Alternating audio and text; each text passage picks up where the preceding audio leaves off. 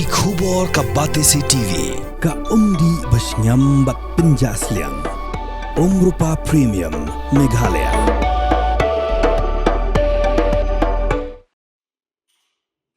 Hak sauterik untuk pra arja apsan ka asor phi akademi Pynursla kala Pynlong ya ka Jingïathir ya tai ka basisngi Halor ka phang preng kumno bentep ban penan kami ki kor ki bot mai jong ka chok ka Mynta lani ka ba ki ong hakak tin nong wei ka digital literacy ya ka ni ka Jingïathir ya tai ka basisngi la Pynlong Hariwar College Pynursla bala Pynlong ya ka ni da ka jingarap ka sarkar ling ba ka Chief Minister Youth Development Scheme arja apsan ya ka bala penyat ling ba ka office jong ka Deputy Commissioner East Khasi Hills.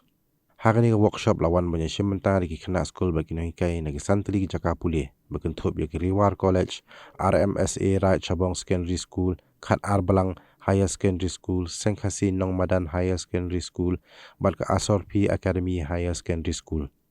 Hakani ka workshop la patai banyak Halor ki babun ki phang bakin thop ya basic of digital device and online tools, internet skills, digital suite, applications bat ki do's and don'ts. Lani ki badai banne bat ki egi bamde banne haki kam online bakun thup na do ki passport bat ki we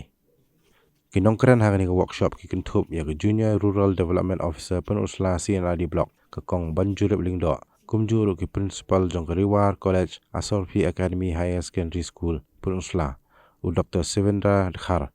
hak bakut jong workshop la samsunan chabaro ki Malaysia Mynta.